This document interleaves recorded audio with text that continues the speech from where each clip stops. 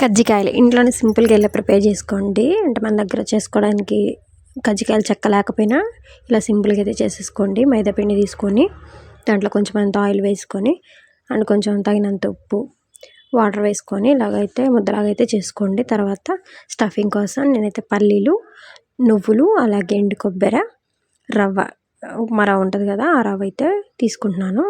అన్నీ కొంచెం ఫ్రై చేసుకోండి గీలో. తర్వాత చల్లారిన తర్వాత మిక్సీ అయితే పట్టుకోండి. బెల్లం మాత్రం యాడ్ చేయొద్దు.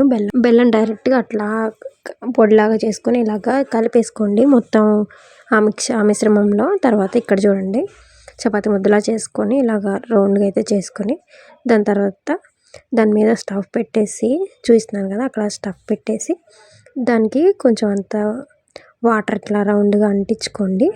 తర్వాత ఇలాగ మడత పెట్టుకొని ఇప్పుడు ఫోర్క్ ఉంటుంది కదా, ఆ స్పూన్ సాయంతో ఇలాగ నేను చూపిస్తున్న విధంగా ఇలాగ మొత్తం అంతా అట్లా అనుకోండి, సరిపోతుంది.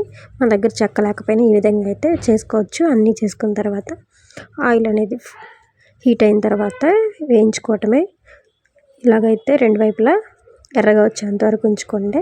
అంతే, చాలా సింపుల్. కజ్జికాయలు అయితే చాలా టేస్టీగా ఉన్నాయి. మీ ఇంట్లో మీరు ఏమేమి పిండి వంటలు చేసుకున్నారు కామెంట్ చేయండి. వీడియో నచ్చితే చిన్న లైక్ ఇవ్వండి.